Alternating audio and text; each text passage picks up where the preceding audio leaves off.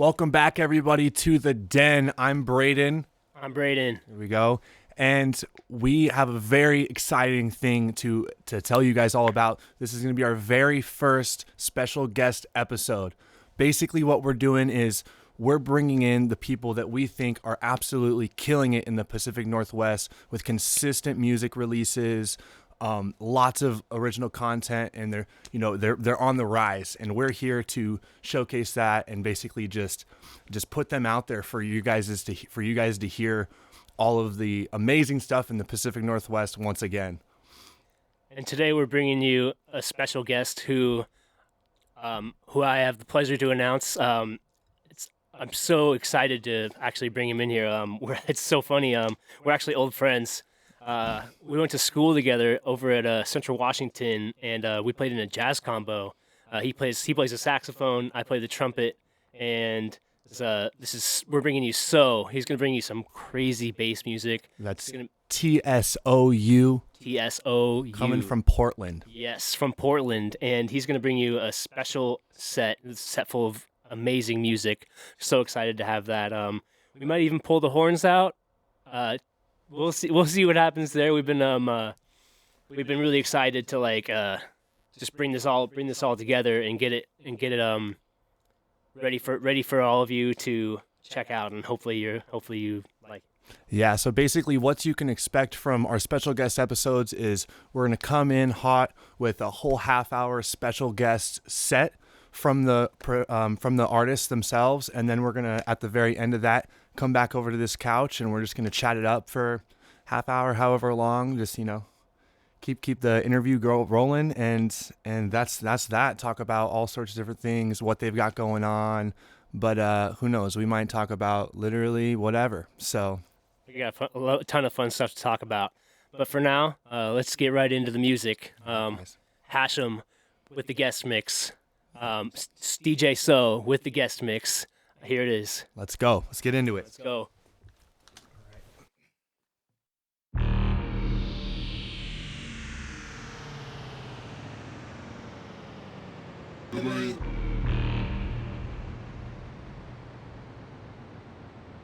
I'm a piece of shit, it ain't.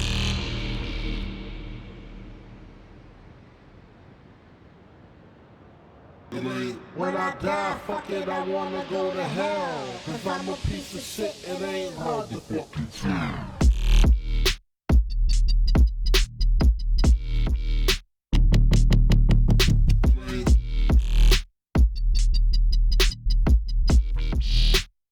I'm a piece of shit, it ain't.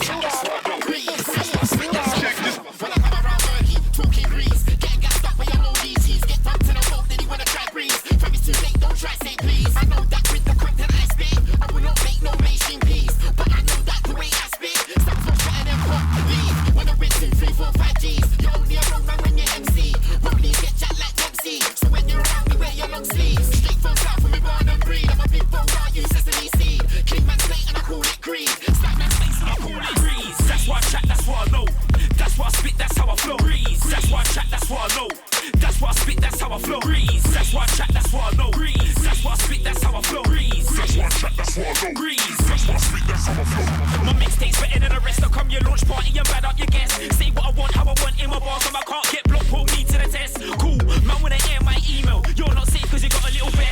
Yeah, head won't aim for your test. When I flirt, when I break, don't want to get a rest.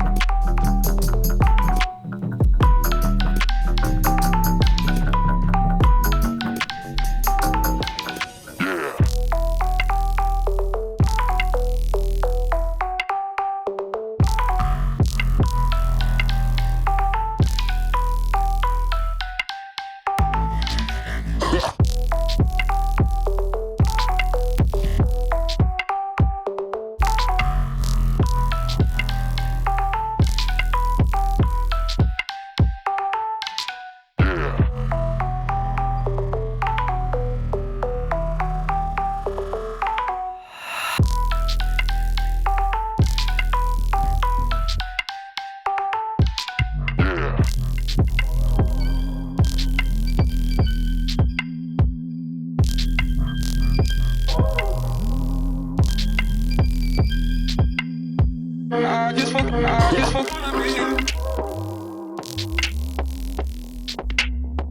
I just wanna be you.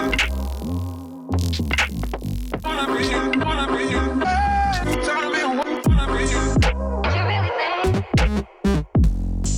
I just wanna be you. I just forget before after catching you with her. Wanna be you. You really think?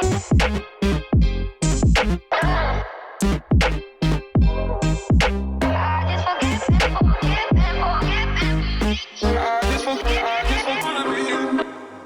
I just wanna be you. I just wanna be you. Wanna be you. I just wanna be you. Wanna be you. Tell me what.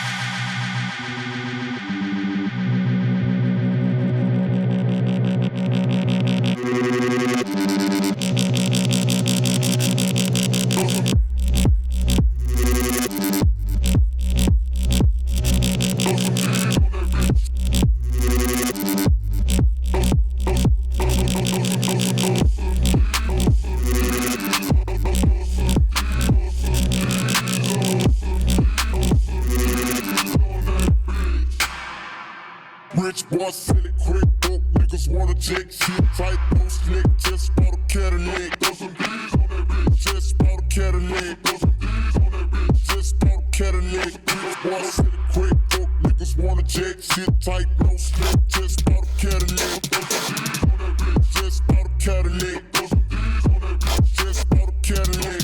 Rich boy said it quick, broke niggas wanna jack shit tight, no slick, just bought a Cadillac. Took it to the top, got the damn top, two color flip flop, and the red lollipops. I was in the parking lot, still got my cock, no money, motherfucker. Don't you see the big dot? Don't you see the big time? Don't you see the big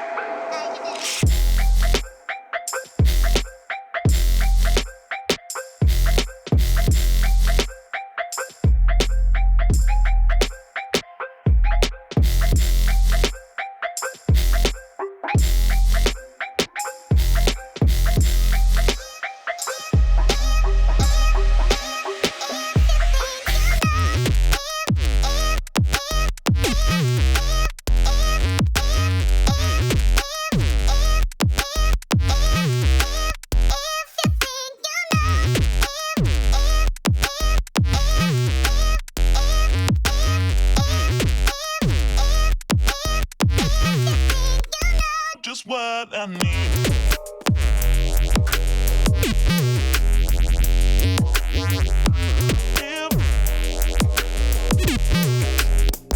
Just what I need.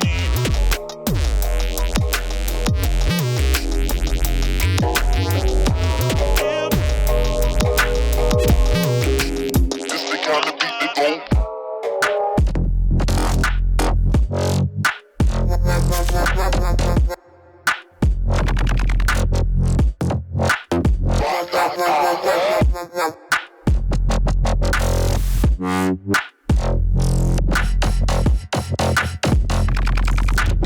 This the kind of beat that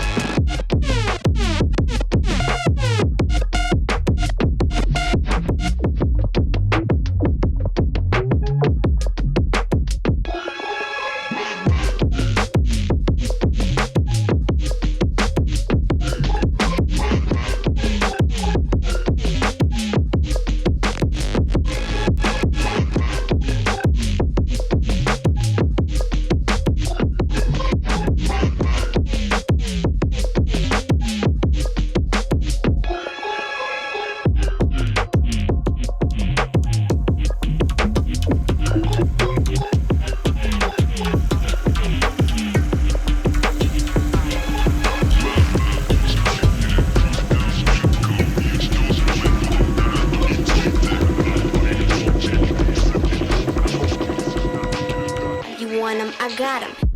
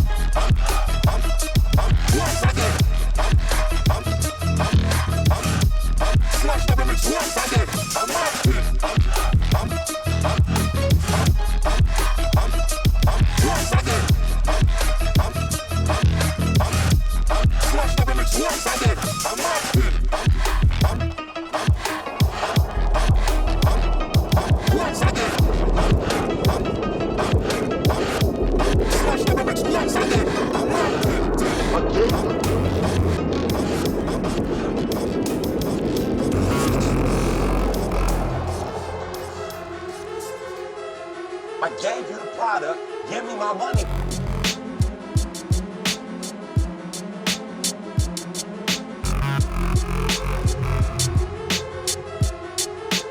That's not what the fuck you said?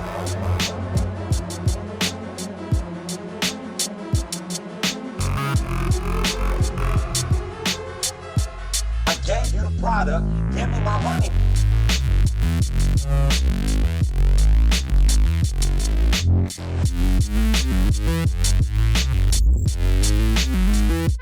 I gave you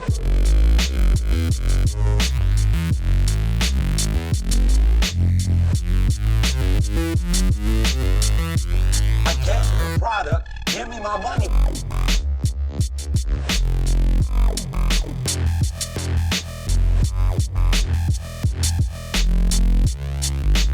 That's not what the fuck you said?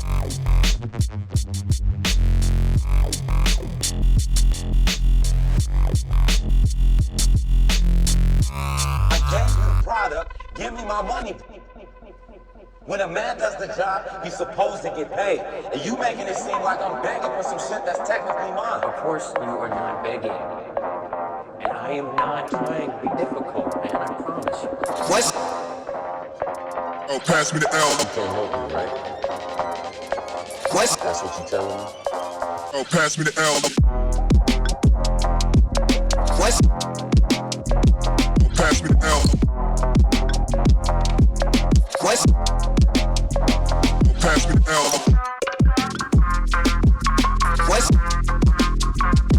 Oh, pass me the L. What? Oh, pass me the L. What? Oh, pass me the L. What? Pass me the L. What? God, what me do you make you put me inside a big people freezer? Huh. You know the sunshine would have looked nice and it would have been easier. When me put on the clothes and me jacket, me feel like a creature. Huh. They come sweating on my armpit, but when me go outside, it is a freezer. God, what me do you make you put me inside a big people freezer? You know the sunshine would have looked nice and it would have been easier. When me put on my clothes and my jacket, me feel like a creature. They come sitting on my armpit, but when me go outside, it is a freezer.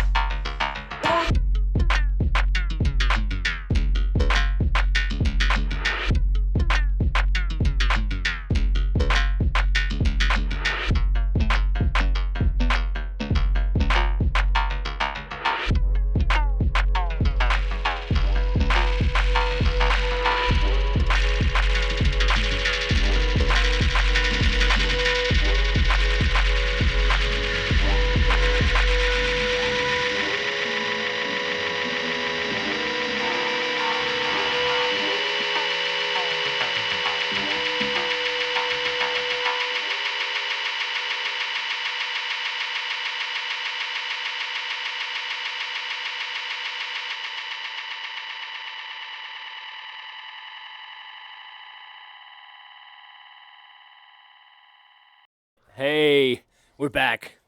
Oh boy, here I we hope go. you guys liked the guest mix. I mean, we sure did. Yeah, Hashem Let's tore freaking that go. up. Amazing time. How was that? It was fun. Yeah, it looks like you're having fun up there. Man. We were back here hitting with the dance moves. And Yeah, that crazy remix though. Yeah, got I me. love that track. Dude, such a good got me song. going, bro. Yeah, I was honestly. kind of surprised. They did like a poll on Instagram for which track I should release next, and I think it was second, but it was by a lot. Yeah. So I don't know, but that's like I think my favorite track that I had that's unreleased. Dang. Okay. Let's get it out there, baby. Labels, where are you? Pick this track up. Hello. Where you at? Right on. So let's just go ahead and get this interview started. So, Yeah. Hashem, we are old friends Yeah. from college. Crazy. We were in a combo together. I played a trumpet. He played the saxophone. This is way back in the day, before you even really like started, or right around the same time you started DJing. Yeah. How did you get started DJing exactly? Well, I wasn't a DJ at first. I think I went to my first rave when I was probably like 19. I want to say 19 or 20. And it was Borgor. Oh, Yeah. okay. Yeah, I was at this dirty venue. I think it was Studio 7. Whoa. Yeah, it doesn't even exist anymore. I think it went under. Yeah, You guys remember it? You ever go there? It's a Supernova now, I It's believe. Supernova. Yeah. I've been there Man, once, Back in yeah. the day, it was so gross. But I had never been. That was like it. Not only was it my first rave, it was also like my first concert. Wow. So I was other than like music band things. Yeah. Yeah, so that was my first concert, and it was just this like crazy experience. I'd never been out. People were like giving you free stuff. Everybody's dancing. It's such a great time. Borgov, he brought strippers. I don't know if he still does that, but like for the show, Sounds like he had Borgor. strippers.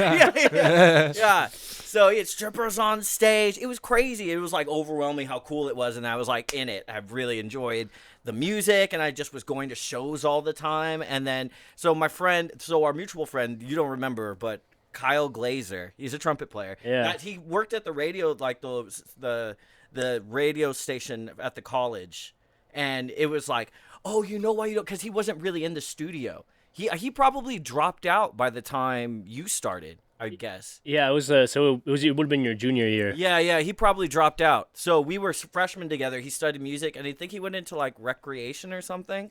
It just pulled the mic a tiny bit closer, I think. Okay. Yeah, I can sit.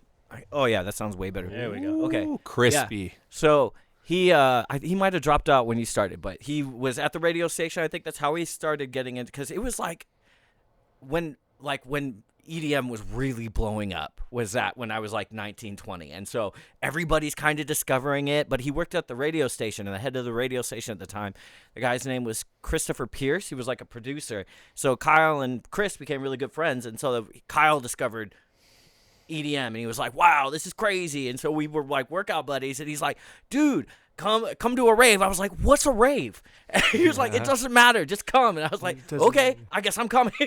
Yeah. And so we go to the show, and it was the best time. And so did that, and then after that, the same guy later, like, he started DJing because he was working at the radio station. And so he was like, hey man, why don't you start DJing? I was like, I don't know what that is or how to do that.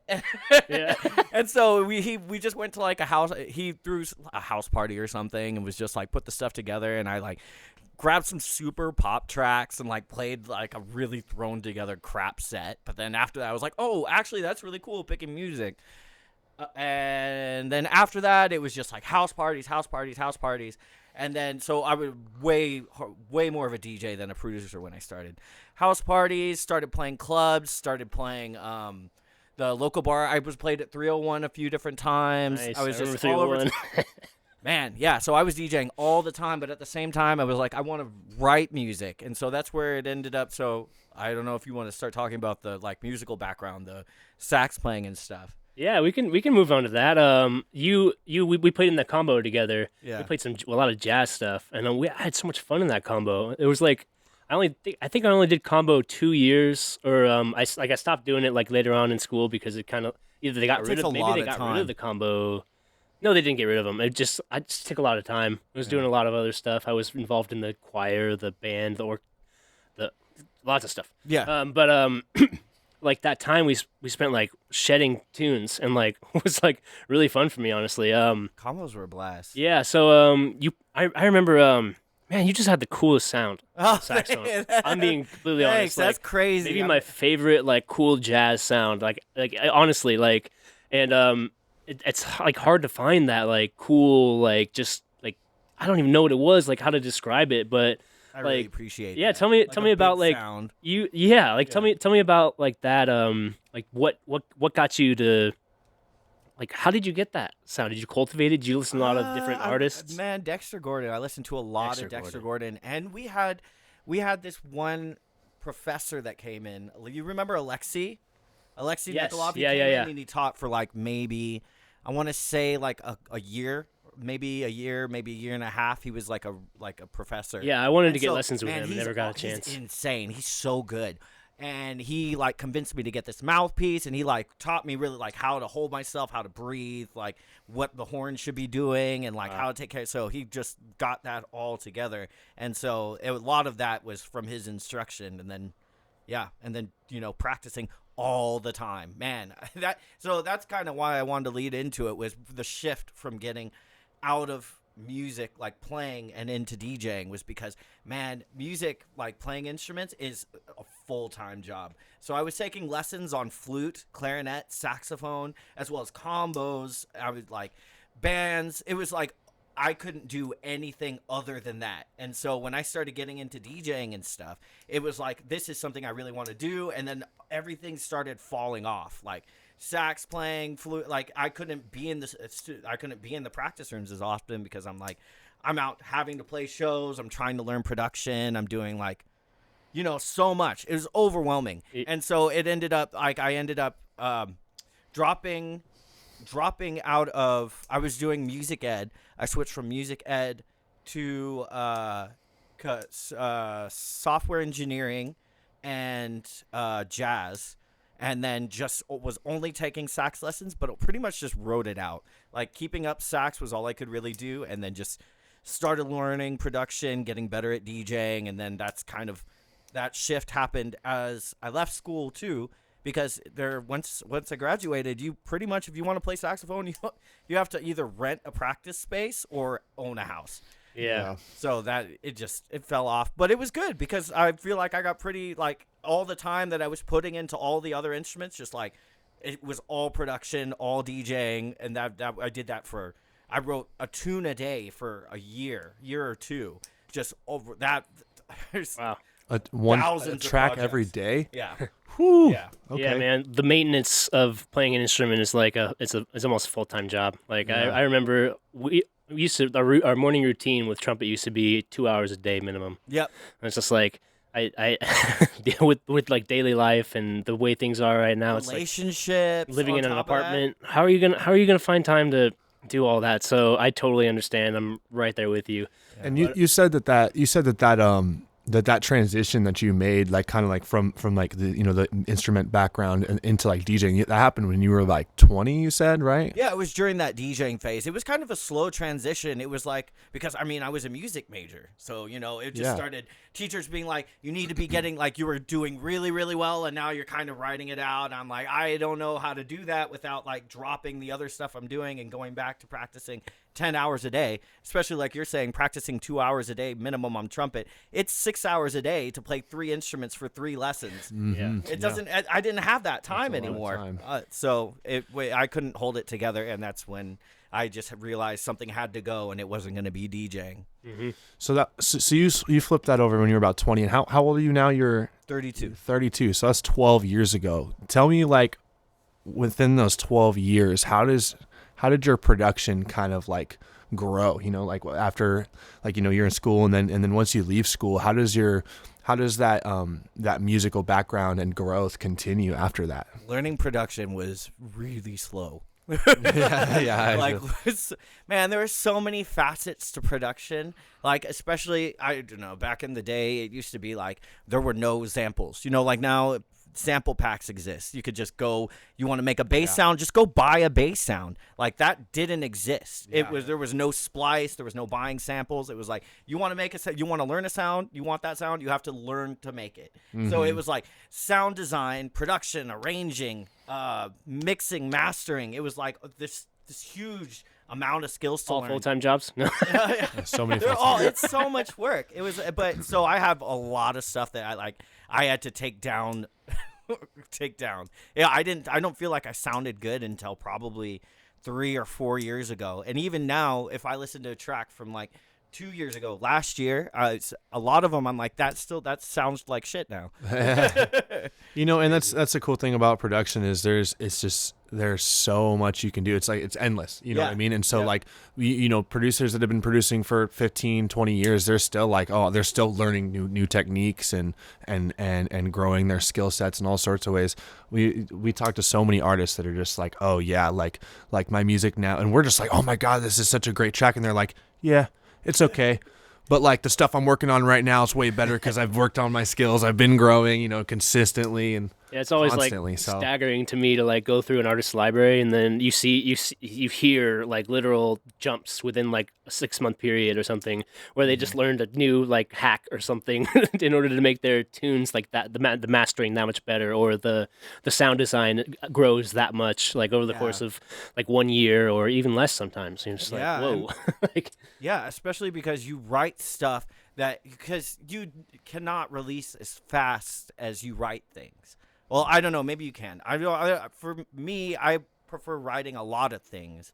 So I have tons of stuff, and then out of like 50 things, there's maybe like 5 good things, okay. Yeah, so there's just lots of stuff coming out. But so what you'll end up hearing is the reason tracks, like you'll hear one thing and then it's like, oh, that's way better. It's because there's that many other tracks that happened in that period of time that I couldn't release anything. Like the building blocks. Yeah, and then it's like I'm still now releasing stuff that I wrote years ago. And so some of the stuff you'll hear and it's like, wow, that's crazy. And you'll hear it in unreleased stuff.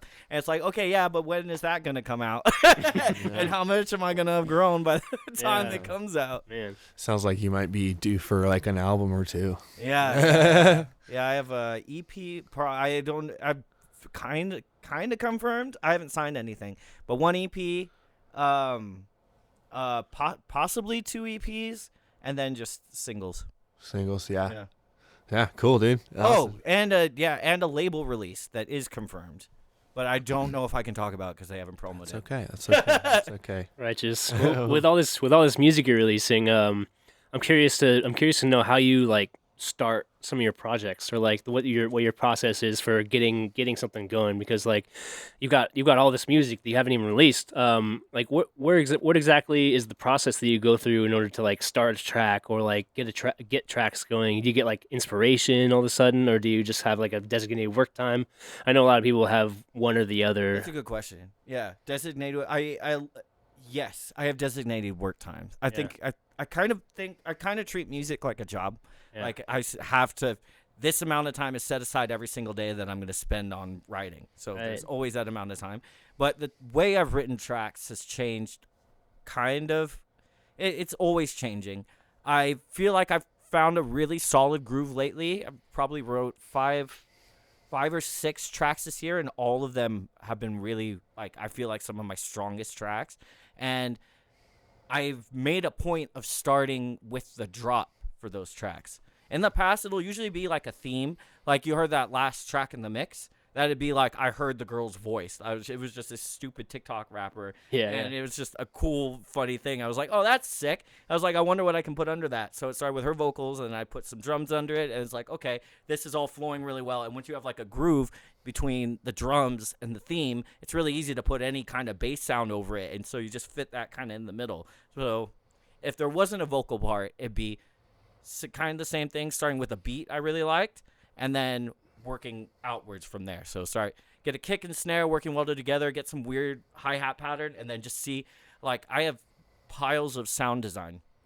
So I'll just see what kind of a riff I can make out of, like, I'll pick some kind of granular thing, and I'll do try to piece it out and rip it up, cut it up into something that just sounds like something catchy. And then after that, maybe add another bass sound, and it's just like building blocks. Yeah, whatever that track in the guest mix was, I don't remember which one it was, but each time I was like, I let out a woo.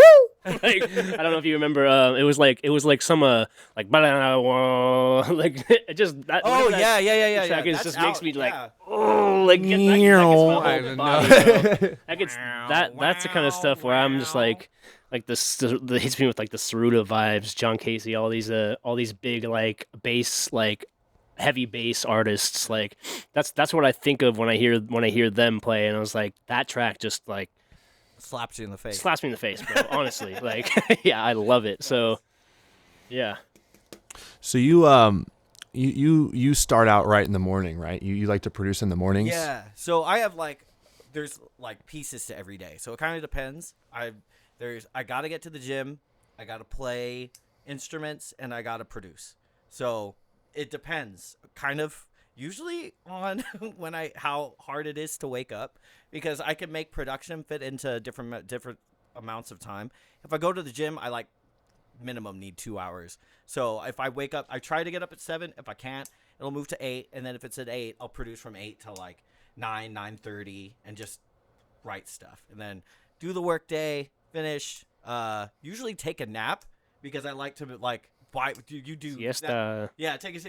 By the end of that, you're just so tired. Like mentally, like being mentally there and doing stuff, work that matters is really hard after a full day. So I'll take a nap and then, I'll wake up and it'll usually be, and then it's one of the other two pieces. Either I'll go to the gym or I'll play piano and saxophone.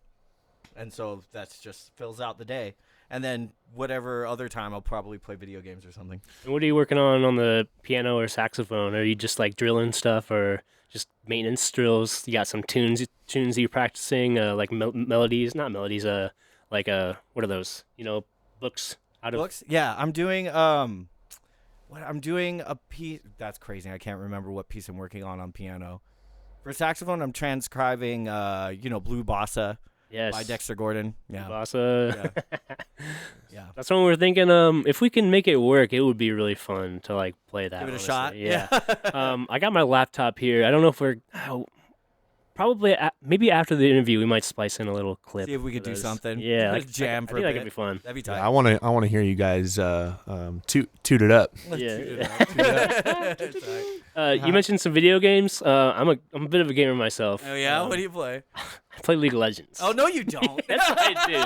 That's right. Actually, I knew from the questionnaire we sent you that you also play League of Legends, so I figured we mentioned it. I know. I had no idea, dude. Gonna have to get your gamer tag after this.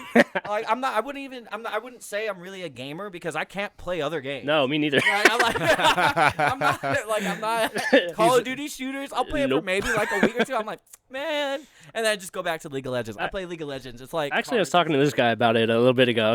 I think it's weird. I know a lot of musicians that play League of Legends, and some of them are like really filthy good at it. It's kind of crazy. Like I don't know if there's some kind of connection there with like because I know like with competitive sports, it's like a team aspect. You get to build the group and try to like lead a team or you're a part of a team and you're trying to like get something done. I feel like League of Legends is kind of like that, but in a game format where there's a five players, it's almost like basketball. Yeah. You have like a tank who's like the center or whatever. You got like the shooting guard who's there doing damage, like yada yada, et cetera, et cetera. Sure. So like I find it interesting that people like musicians gravitate towards that game. There's a lot of producers even. You go on Twitter, you see like Sora. Like I'm like, you guys play like Saruta plays League? Like what? Saruta plays a lot of Apex. Okay. I don't know. It might not have been Saruta that time. I know I've seen some big DJs now. I'm like, what? I think it's something. Jaws plays League. It's like it's challenging. I think because like as musicians, we do. It's like it's work to be a musician. I think it's because it's like games. There's skill expression and kind of the competitiveness of playing against somebody. But it's also like something that you can do that's challenging without being like music where you just need a break. Yeah. I played what do you call those class tournaments for like a year with a team. No way. At my work. We won like 4 of them and some of the funnest. Honestly, like we had way too much fun. Like it was crazy. But anyway, I was talking to him earlier today about League. It's like I feel like the connection, but like with like producers and artists and like playing video games and stuff is just the ability to sit in front of a computer for hours on end. It's like it's a skill that producers have nailed into themselves as well as gamers. So it's like if you've already spent hours and hours in front of a computer, it makes the other a little bit easier. I think. Totally, 100%. So I gotta ask, what are your guys' mains? Who do you play? Ooh, go you first. I play a lot of Ezreal. Ezreal and Ziggs. Ezreal and Ziggs. Okay. I played for like a month or something years ago, and I think the person that I played that I really liked that I picked up was named Kha'Zix. Kha'Zix. Oh, yes. Kha'Zix, Yeah. Jump in. That's jump crazy. out. He's so hard to play too. That's who you honestly. picked up for the first month. Yeah. So my mains, I play the Bears, the Volibear, and Udyr, Nice. and Nocturne and Trundle are the main ones. Tight. So a lot of jungle. Oh yeah, I'm a jungler. Tight. Me too. So so let's talk a little bit more about you. Outside of music, you said you're into home improvement. Oh yeah, dude. I just bought a house. You just bought a house. Congratulations. Congratulations. Yeah, Thanks. let's go. Yeah. So I've been building out my studio, building out the living room, it's freaking massive. The main reason I got a house was to have like studio space. So the place I had to get ended up having like a separated garage that I've like converted. I put sound treatment up. Okay, I'm gonna install like a split heater AC so that it can like stay at a temperature because there's no insulation. And then like for the house, I just got this like awesome couch. It's like all recliners and like they're motorized recliners. It's freaking movie theater chairs. It's so sick. It's so comfy. Nice. And then I built sound systems for the living room. I built the of course the studio, and then the basement's all kind of set up. I did some home repair. There was like a leaky pipe, but it's just like it's a whole nother project. So Yeah, the house is a huge project, and it's like it's such a good feeling, especially like when you're working with your house, because it's like once you do something, it's done. yeah, And it's there, and it's beautiful. You got to clean it in about a year, like do some dusting and like some maintenance, but it's like it's fun working on projects like that. Yeah. Cool. And then also like you're into 3D design. I know you designed some of your I did art some and stuff. album artwork. Man, the amount of like being a musician is really hard. Yeah. Like being a producer, there's so much that you have to learn to do. Like you have to market yourself. You have to get mixing, mastering done. You have to pay money goes out everywhere. And so I was like, I like art. I used to, before I was really into music, I was really into like drawing. And so I was just like, I'm pretty sure I could teach myself how to make art. And so like I did the promo. I've done most of the like videos, like the animation videos. If you look on my IG, they're usually things I've made, unless it's like flat sick. artwork. I've started working with this guy, Survive the Trap, and he's like the only person I'll work with anymore. He's incredible. He did the artwork for Still 3, the girl. Yeah. Nice. Crazy. He did that in like a day or two. Whoa. Like with like minimal. He's so talented. So he's been doing all of my stuff recently. But before that, I was doing like I'd make like the which Throw Some D's. I did the video for that. I did the cover for it. Then the other one, I don't know what I can say. I did another release that I did the video for, and so yeah, 3D design's a lot of fun. A lot of work. It's a lot of work. It's the same thing. You got to learn a Yeah. skill, and so I haven't been able to make as much time for it as I'd like. And when the extra time I have in the day, I'm usually just tired enough that it's usually video games. But Yeah. 3D design's tight. Or a video game. Yeah, video. Yeah. Cool, dude. Cool. Well, so you got those EPs coming out. I think you mentioned maybe another show that you were a show or two. Was there something about that might be coming up? Yep, I'm going to be playing in Eugene in the middle of April. They haven't really announced it yet, but I'll be there. Excellent. And also, I'll be in San Francisco in the middle of May. Ooh, traveling. Very nice. Yeah, it's awesome. Getting paid to travel for music is just crazy. Love it. It's nuts. Yeah, I Yes. wouldn't. Yeah. Now it's going to feature music just like what you played today. Yeah. What I did today was all original, so probably And all original. Can you say that again? all original. That's hard to we need believe, like bro. a boom, honestly. boom. Like that set really was incredible. Mm-hmm. I felt like you were playing the music of like 20 different insanely talented artists. That's really It's awesome. it's all you. Yeah. It's mind blowing. So 100%. thank you so much for that. We were Original. so happy to have you here. Yeah, thanks a lot. Yeah, thanks for bringing me out. This is so sick. Yeah. The opportunity to do something like this. Yeah, absolutely. Thanks, man. We put a lot of work into trying to set up this platform to be able to do exactly what we're doing. Yeah, honestly, it involved a little bit of luck. I just watched this show. I'm watching this anime show, Blue Lock. I don't know if you guys watch anime. I do, but But I haven't heard of this. it's the new soccer one, and Okay, this tight. last episode just came out. They're talking about luck, and Spoiler alert. spoiler alert. It doesn't. Not a lot of it has to do with luck. It has to do with putting yourself in the right situation at the right time and betting on yourself.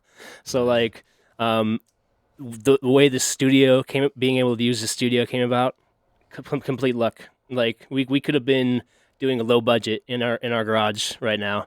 But we're in this amazing studio. We got to feature. Shout out to Spark Studios. Shout out to Spark Studios. From Thank you so Tacoma. much, Torbjorn. Thank you. 100%. A million thanks. We're anyway. To close this out. Real quick, I got another question for you. So you've clearly got your schedule locked down. You're like, I wake up at 7. Sometimes I wake up at 8, but even if you sleep in, that it's going to be for that hour and you're going to wake up at 8, and then you've got all your schedule figured out. Do you have any advice for people that need a little help with their organization? Did you do something that is there just like a method to your start small. The thing about it is that like the same way you treat your body, like if you go working out, you don't go run 5 hours the first time you go work out. Like that never happens. Your brain, you're training yourself to be comfortable with doing. Just went for a 10-minute jog the other day. I was like, 10 minutes. Right? That's the thing. So I walked up my stairs. I was like, so I've made mistakes where I'm just like, I'm going to sit down. I'll take a break for some time. I'll be tired. I'll take a month off. And then I'll come back and I'll try to write something. I'm like, okay, I'm assigning myself 2 hours. I have to learn this thing right now. And then you sit down and you're just like exhausted. You can't do it. And then the other thing is you don't come back. Because you're so tired from that one session that you're just like, you feel defeated. You feel like you didn't complete something, like you didn't. So you're hurting yourself doing that way. Set yourself, make 15 minutes a day. Make 5 minutes a day, however small you need. Just like, I'm going to show up. I'm going to sit down. I'm going to start with 15 minutes. And it's not about what you do, what you complete. You did 15 minutes. That's a success. Do 15 minutes a day. From there, okay, well, the more comfortable you get with it, you're going to start doing sessions where you're like, wow, I'm really into this. That one 15-minute session turns into 3 hours, but you sat down for the 15 minutes. And then as you grow, you get more comfortable. You'll be like, I'm like, every day you're going to start doing 30 minutes, hours. Like you stick with it. You'll grow that like consistency and like, yeah, that's my best advice. Yeah, and then sticking with it again with your with your schedule, like not jumping in and saying, "Oh, I'm going to organize my entire day and say by the half hour and everything," but just say, "Okay, I'm going to make sure that this 15 minutes is in my schedule somewhere." You know what I mean? And then adding your next thing into your day until eventually it's a full finely tuned machine. Yeah. So, heck yeah. Cool. Only a finely tuned machine could have pumped out that insane guest mix earlier. 100%. Well, let's finish this off with a great dad joke. I'm working on my inventory, and this guy over here, Hashim's got a solid one for us. Oh no, I can't remember it. You can't remember it? I would know. Dude, I got. Whisper in his ear, you know what? It was in his ear. I got you. Can you hear me? Yeah. The one with the mark. The book. No, don't. You can't. He can't hear you. He can hear you. Oh no! Remember it? Yeah. Yesterday, my son asked me for a bookmark, and I started crying. I started crying because my name's Kevin, and he's 11 years old and he doesn't know my name. Heck yeah! Oh man. Oh man. Nice. Poor Mark. That was I mean, a goal. Kevin. Going in the books. All right. Well, thanks so much, Hashim. It's a pleasure. TSOU. Find them on socials: SoundCloud, Spotify, Twitter, and League of Instagram. Legends. And League of Legends, baby. Oh man, my son. Yeah. Thank you, folks, for listening to our very first ever special guest episode. We could not have been happier with how it turned out.